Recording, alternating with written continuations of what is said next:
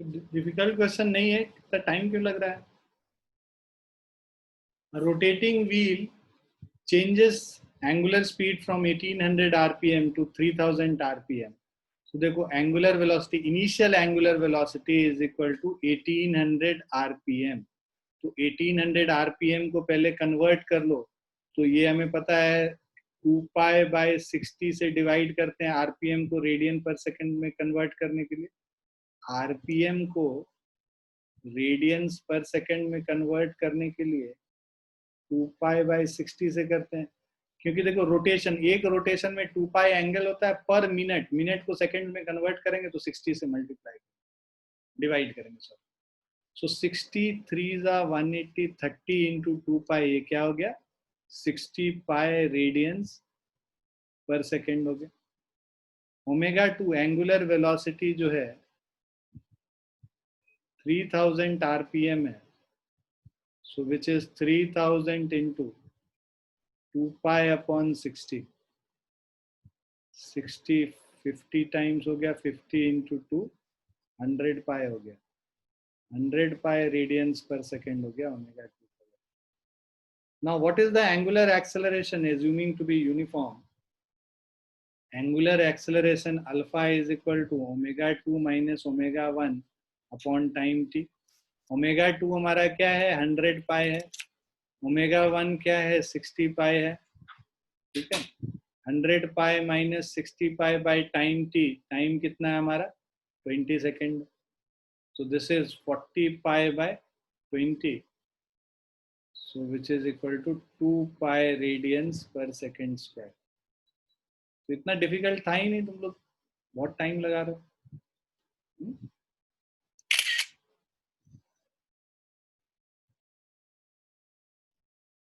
Clarity of thoughts होना बहुत जरूरी है, आराम से समझना है और उसको समझ के क्या दिया हुआ है उसको लिख के सॉल्व कर देना।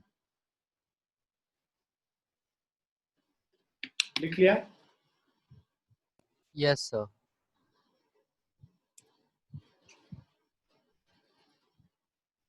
ये तो सिंपल है। क्या होता है सेंट्रीपिटल फोर्स?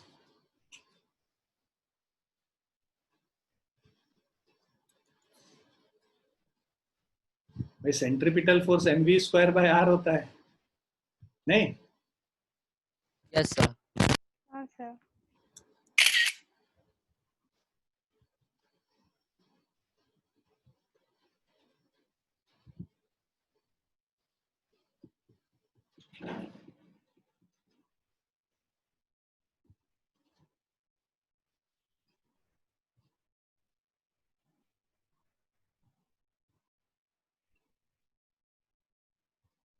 थर्टीन क्वेश्चन क्या कह रहा है? Uniform circular motion is an example of what? Constant speed motion, constant velocity motion, non accelerated motion या जीरो एक्सेलरेटेड मोशन? क्या है एग्जाम्पल? डी। हाँ, non acceleration motion. Circular motion में acceleration नहीं होता है भाई, सेंट्रीपिटल एक्सेलरेशन होता तो है, स्पीड कांस्टेंट होता है ना इसमें सर्कुलर मोशन में। वेलोसिटी तो हर मोमेंट पे चेंज करेगा क्योंकि डायरेक्शन चेंज कर रहा है, और वेलोसिटी चेंज कर रहेगा तो मतलब एक्सेलरेशन भी होगा ना वेलोसिटी चेंज करने की वजह से, और वो सेंट्रीपिटल एक्सेलरेशन होता है। तो इसका स्पीड कांस्टेंट रहता है यूनिफॉर्म सर्कुलर मोशन में, ठीक है, उस चीज को ध्यान रखो। इस बार जानते, इस बार नीट में ऐसे क्वेश्चन ज्यादा आए थे कॉन्सेप्ट बेस्ड, जिसका आंसर या तो आता है तो फटाक से मार सकते हो, नहीं आता है तो कंफ्यूज होते हो।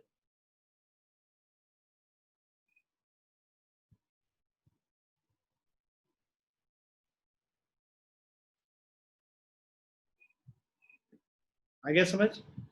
Yes sir. 14th वाला क्वेश्चन कीजिए।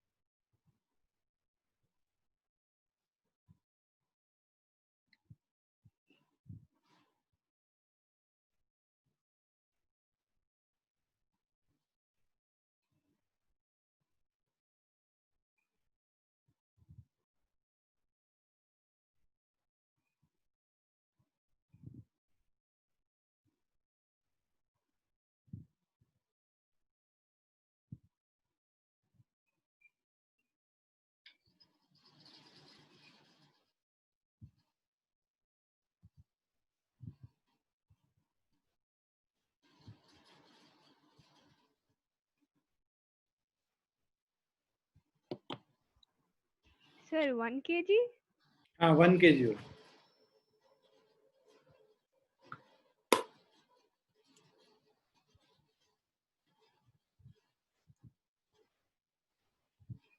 देखो stone tied to a rope is rotated in a vertical column with a uniform speed. तो वर्टिकल सर्कुलर मोशन में यूनिफॉर्म स्पीड से हम एक स्टोन को घुमाते हैं. तो यहाँ पे इस पॉइंट पे मैक्सिमम टेंशन होगा और इस पॉइंट पे मिनिमम टेंशन होगा. कह रहा है difference between maximum tension and minimum tension. तो यहाँ पे जो टेंशन T है और यहाँ पे टेंशन जो T है,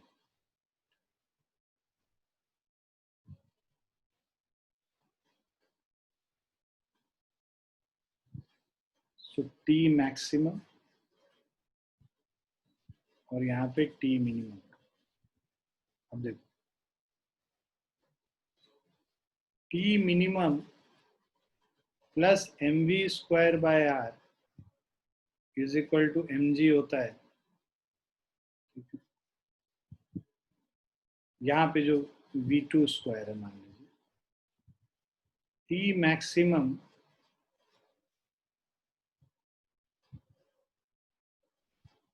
so T minimum plus mg is equal to, sorry, T minimum plus mg is equal to m v2 square by r और T maximum minus mg m v1 square by r. Difference between maximum and minimum tension हम लोग को दे रखा है. इसको आप पहले तो ऐड कर लो. इसको ऐड करोगे T maximum plus T minimum v1 square plus v2 square. अब देखो यहाँ पे जो स्पीड v1 है, यहाँ पे स्पीड v2 है, half m v1 square is equal to half m v2 square plus mg into 2r. ठीक है, ये जो टोटल जो हाइट हो गया. सो इससे हमारा आ गया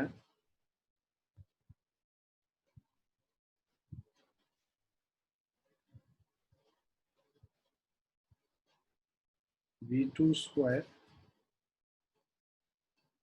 minus of, sorry, v1 square minus v2 square और ये m m m कैंसिल कर लो, 2 उधर लेके चले गए तो 4mgr हो गया, v1 square minus v2 square. और इसको जो T मैक्सिमम, या तो आप क्या करो, इसको ऐड मत करो, इसको सब्ट्रैक्ट करो. तो इसको अगर हम लोग सब्ट्रैक्ट करते हैं सो मतलब ये जो पहला इक्वेशन और ये सेकंड इक्वेशन हम लोग 2 माइनस 1 अगर कर लेंगे, राइट, तो T maximum minus T minimum निकल जाएगा. T maximum minus T minimum mv1 square. तो देखो यहाँ माइनस mg माइनस 2mg हो गया, minus 2mg is equal to m by r v1 square minus v2 square.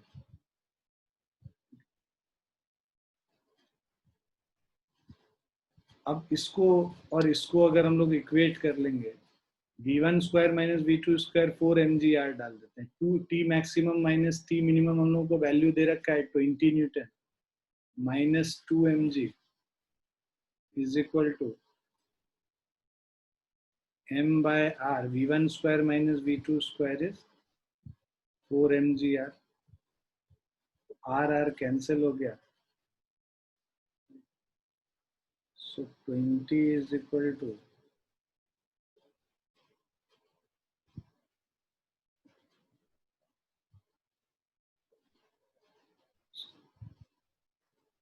Sorry 4gr होगा, m तो cancel हो गया ना. तो 20 is equal to 4 mg, 4 mg हमारा हो गया 40m my plus of 20m। हाँ जी बेटा बताओ सिद्धांत। हाँ सिद्धांत। सर वो जो टी मैक्स वाला फॉर्मूला है ये, हाँ हाँ, सर उससे डायरेक्ट नहीं हो जाएगा? टी मैक्स से डायरेक्ट कैसे कर लोगे? V1 हम लोग को नहीं पता है ना। सर mg लाइक हमें पता है, ग्रेविटेशनल वैल्यू हमें 10 दिया, मास ही निकालना है हमें, और 20 को इधर रखेंगे, फिर हम डिवाइड कर देंगे तो आ जाएगा ना उससे भी वन आंसर तो हमारा पास। इस वाले से, ये इक्वेशन से। No sir, T minimum minus T max equal to 2 mg। यहाँ पे खाली ऊपर T M minus T T maximum minus T minimum equal to 2 max. 2 mg क्यों? ये कहाँ चला जाएगा? इस तुमने कैसे V1 V2 को, क्या V2 को 0 मान लिया? हाँ sir. T maximum minus T minimum 2 mg क्यों होता है? सर नहीं, लाइक मैंने नीचे इक्वल टू नहीं देखा, मेरे को लगा उधर जीरो है। नहीं, इज इक्वल टू ये पूरा चीज कर रहे हैं ना। Okay sir.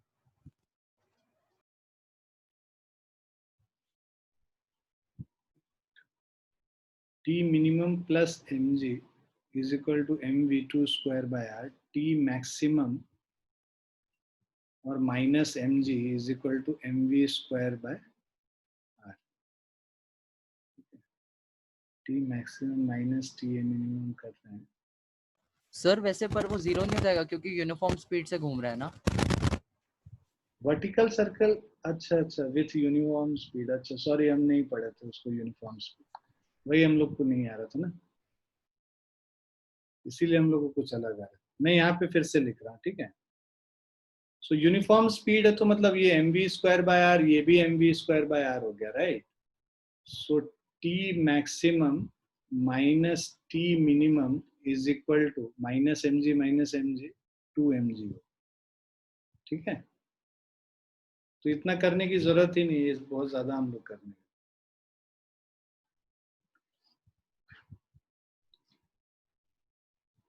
सो 2 mg हो गया तो इससे डायरेक्टली बन जाएगा 20 N is equal to 2 × 10 × m। So m is equal to 1।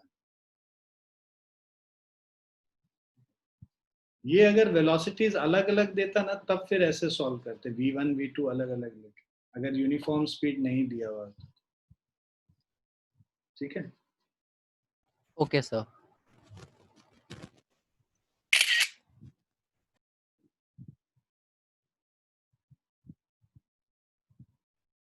Next कीजिए।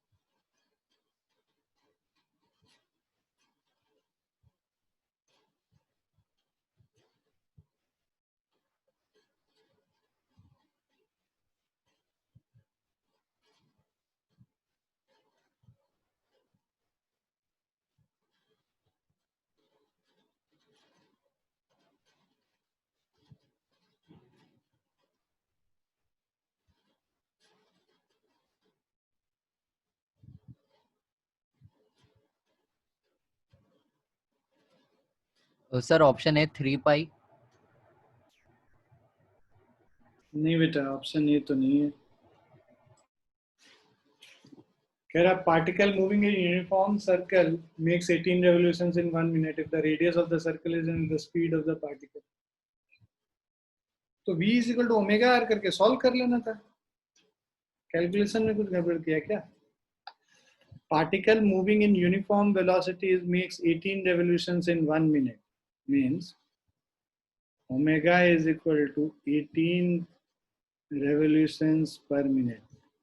18 into 2 pi by 60 radians per second हो गया।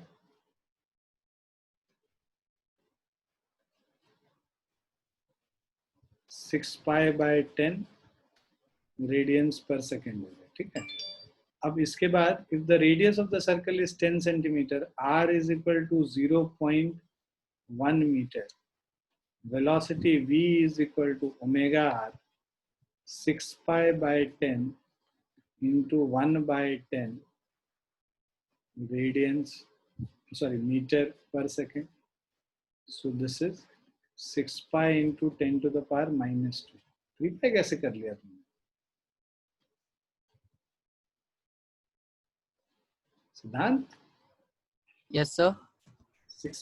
3 pi कैसे आ गया तुमने? सर एक्चुअली मैंने थोड़ा गड़बड़ कर दी सर। एक्चुअली मैंने 2 पाई आर बाई टी लगा दिया था। फॉर्मूला तुम लोग को कितना बार बोले, फॉर्मूला से बचो। नहीं, तुम लोग फॉर्मूला से नहीं बचते। सर आप एक बार मेरे को रेडियन वाली कैलकुलेशन समझा सकते हैं? मैंने तुम्हें बताया ना, आरपीएम होता है अगर कोई स्पीड है रोटेशंस पर मिनट में। एक रोटेशन में कितना एंगल होता है एक सर्कल में? एक पूरे सर्कल में 360 डिग्री। 360 डिग्री किसके बराबर होता है? 2 पाई रेडियन के बराबर होता है ना? Yes sir. Pi radian 180 degree होता है, तो 360 डिग्री 2 पाई रेडियन के बराबर। तो इसको 1 रोटेशन या 1 रेवोल्यूशन पर मिनट है, तो एक रेवोल्यूशन में 2 पाई एंगल हो गया है, तो 2 पाई रेडियन पर मिनट। मिनट को सेकंड में कन्वर्ट कर लोगे तो 60 सेकंड्स हो जाएगा। तो इसीलिए कभी भी आरपीएम को हम लोग को रेडियन पर सेकंड में कन्वर्ट करना है तो ये 2 पाई बाय 60 से मल्टीप्लाई करते हैं। तुरंत तो बताया था। Okay sir, thank you sir. लिख लिया? जी सर, लिख लिया।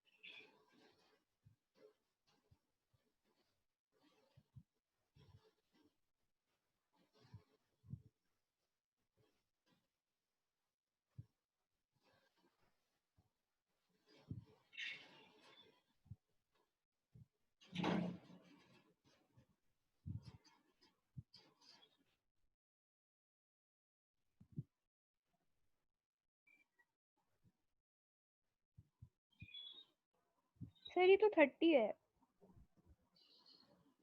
16th का भी यहाँ से मेरा भी 30 आया। 30 ही आएगा। कह रहा है car of mass 1000 kg negotiates a banked curve of radius 90 meter on a frictionless road. If the banking angle is 45 degree, the speed of the car is, तो हम लोग को पता है ये n हो गया, फ्रिक्शनलेस रोड है, ये थीटा है, तो ये n साइन थीटा हो जाएगा. So n is equal to mg cos theta होता है. ठीक है. So n sine theta is mv square by r. n की जगह mg cos थीटा कर देंगे, तो mg cos theta into sine theta is equal to mv square by r. m और m कैंसिल हो गया, सो हम लोग को v square is equal to r g into sine theta into cos theta हो गया. So this will be v square is equal to g का value 10 है, r का वैल्यू 90 है, sine theta into cos theta sine 45 degree 1/√2 into 1/√2 1/2 हो गया 45. एक minute, कुछ गड़बड़ किया हम लोगों ने.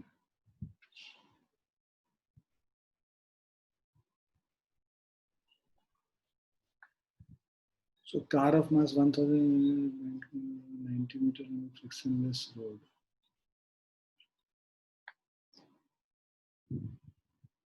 G है इधर, G sin थीटा है इधर, G cos थीटा है, G cos theta mg cos theta is equal to n theta है n cos theta mg square.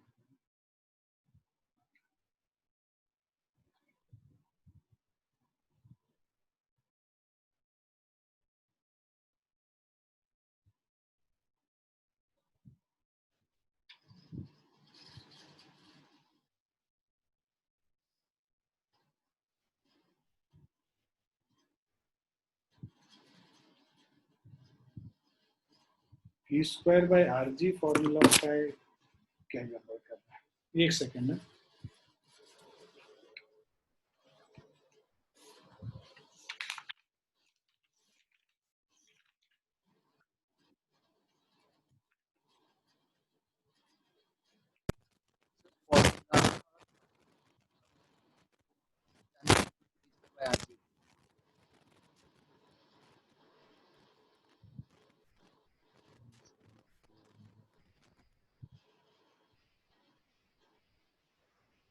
ये गड़बड़ किया हम लोगों ने, एक मिनट इसको काट लो. n sin theta is equal to mv square by r है, and n cos theta, ठीक है, इज इक्वल टू mg हो गया. इसको डिवाइड करते हैं दोनों को, तो tan theta is equal to v square by are g आता है, राइट. तो 45 डिग्री 1 हो गया, 1 is equal to v square by are g, v square is equal to r g और v is equal to root under r. So root under 90 into 10 930 metre per second.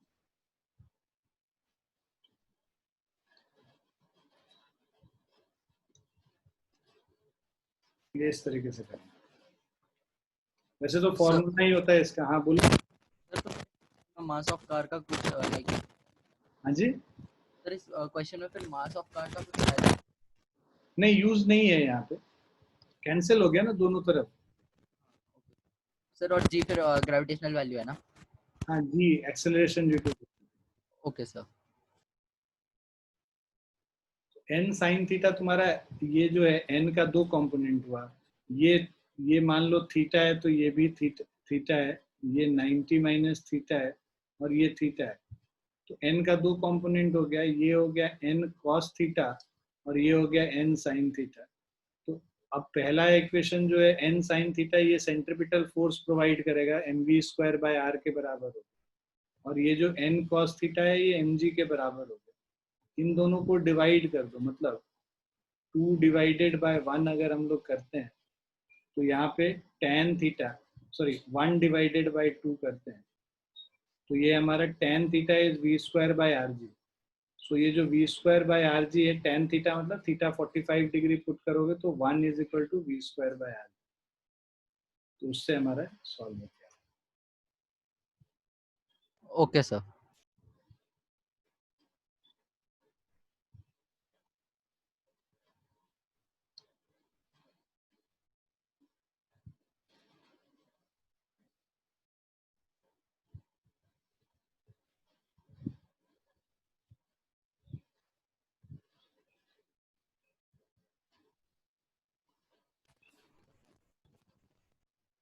Clear बच्चों?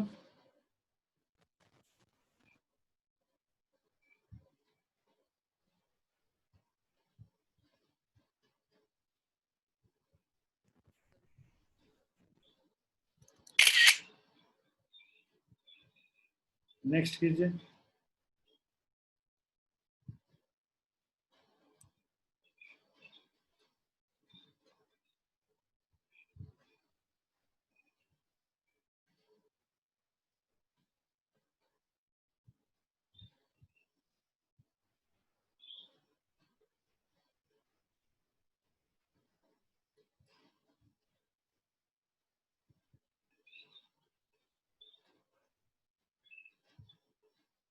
Sir D, sir हाँ option D. हाँ D कह रहा on a railway curve the outside rail is laid higher than the inside one. तो ये एक rail है, ये रेल है, outside is laid higher by than the inward one, so that the resultant force exerted on the wheels of the rail car by the tops of the rails will be,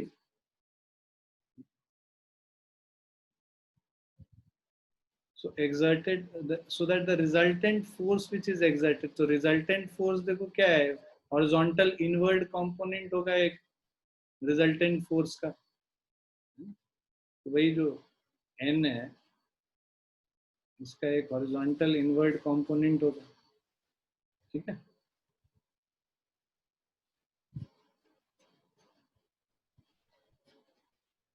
ये जो normal reaction है दोनों, एक wheel यहाँ पे होगा, इस wheel पे भी ऊपर की तरफ होगा रिएक्शन, इस व्हील पे भी ऊपर की तरफ रिएक्शन होगा, इस दोनों का जो रिएक्शन है हॉरिजॉन्टल इनवर्ट कंपोनेंट जो है व्हील का, ठीक है। So force exerted on the wheels of the rail car by the top of the rail, top of the rail मतलब ये जो रेल का जो वो जो इस तरीके से रेल का टॉप होता है ना, ये जो टॉप पोर्शन है रेल का, वो टॉप पोर्शन जो फोर्स लगा रहा है मतलब नॉर्मल रिएक्शन की बात कर रहा है, सो उसका इनवर्ड हॉरिजॉन्टल कंपोनेंट है, वही चीज बताना। क्लियर है बच्चों? Yes sir.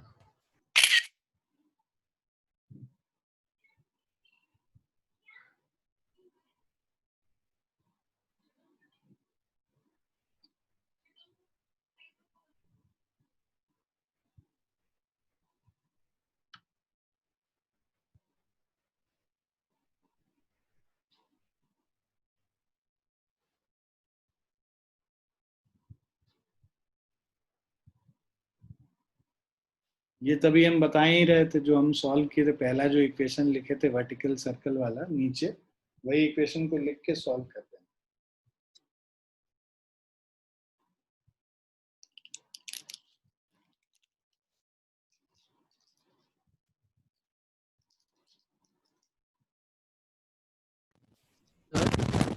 हाँ जी बताओ बेटा,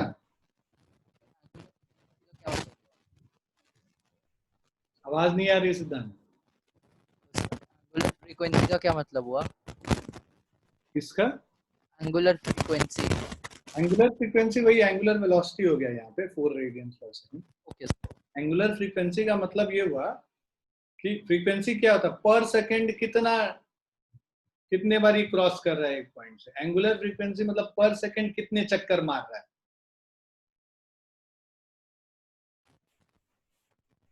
एंगुलर फ्रीक्वेंसी ओमेगा होता है बेसिकली, एंगुलर वेलोसिटी एंगुलर फ्रीक्वेंसी नहीं होता।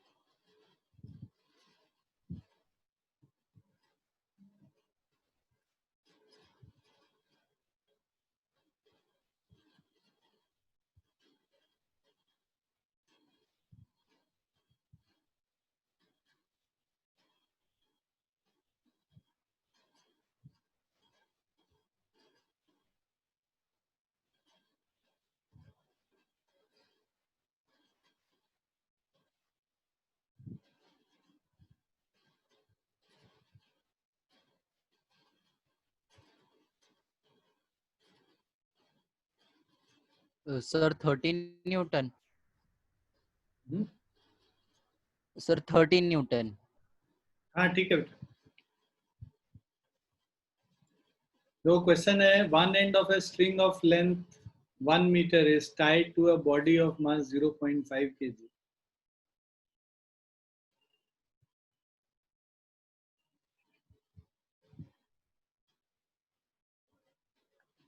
So one end of a string of length L is equal to 1 meter. तो इसको रेडियस मान लो r is equal to 1 meter is tied to a body of mass m is equal to 0.5 kg. It is whirled in a vertical circle with angular frequency omega is equal to 4 radians per second. The tension in the string when the body has a lower point पे मान लो tension T है, तो जैसा कि मैंने बोला था P minus mg will be equal to mv square by r, है ना. ये mg नीचे के तरफ है, T ऊपर के तरफ है, नेट फोर्स क्या हो जाएगा T minus mg, जो कि इसको सेंट्रीपिटल फोर्स प्रोवाइड करेगा. सो T minus mg मतलब टेंशन T क्या हो गया mg plus mv square by r हो गया. सो mg जो मास है हमारा 0.5 into 10 plus of mv square by r. So this is equal to m omega square r हो जाता है. इसको हम लोग m ओमेगा स्क्वायर r भी लिख सकते हैं.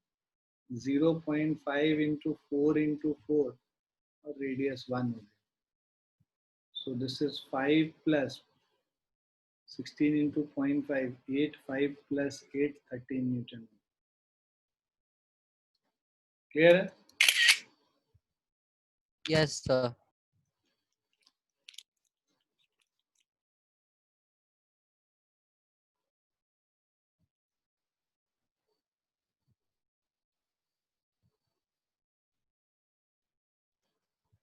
लिख लिया? Yes sir. नेक्स्ट कीजिए.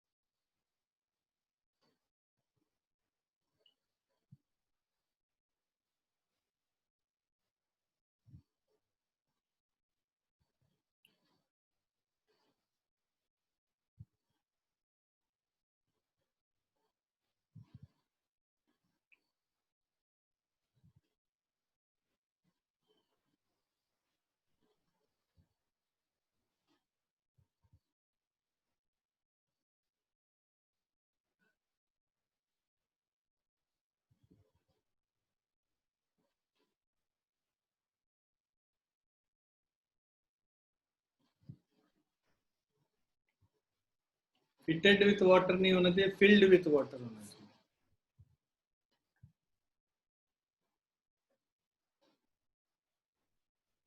सो स्मॉल कौन, तुम बकेट ही ले लो. बकेट वाला क्वेश्चन याद है हम लोगों ने किया था. तो एक बकेट को हम ऐसे वर्टिकल सर्कल में रोटेट कर रहे हैं.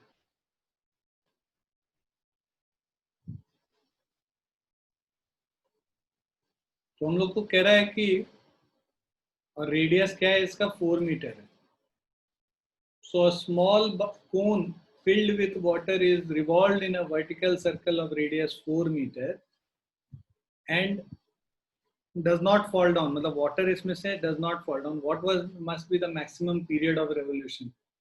तो maximum period of revolution मतलब तुमको पहले तो ओमेगा निकालना कि क्या इसका ओमेगा होना चाहिए जिससे इससे पानी ना गिरे. मैक्सिमम पीरियड ऑफ रेवोल्यूशन मतलब मिनिमम स्पीड. मिनिमम के स्पीड के केस में ये जो नॉर्मल रिएक्शन होगा इसमें जो पानी का है वो नॉर्मल रिएक्शन n क्या हो जाएगा 0 हो जाएगा. हम लोगों को पता है, मैंने बताया था जो टॉप मोस्ट पे अगर हमको मिनिमम स्पीड निकालना है v is equal to root under g r होना चाहिए ना.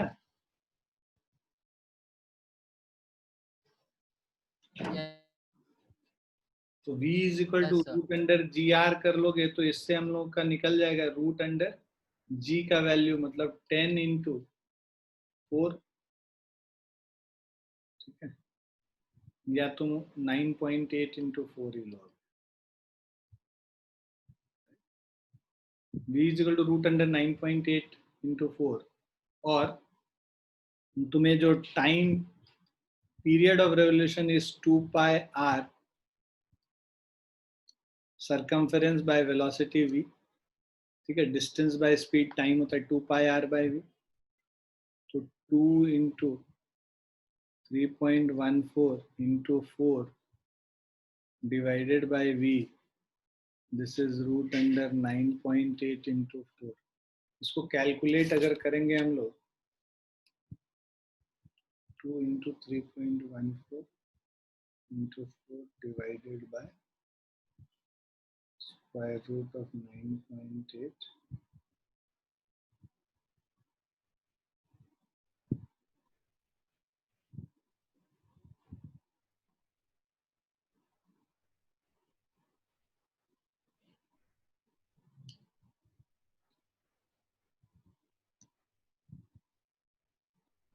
फोर सेकेंड आता, क्लियर है? Yes sir. तो will stop here. Next class में हम लोग फिर वो रोटेशन वाला चैप्टर करेंगे, ठीक है, बहुत इंपॉर्टेंट चैप्टर है, तो वहां से ध्यान रखना पूरा अच्छे से.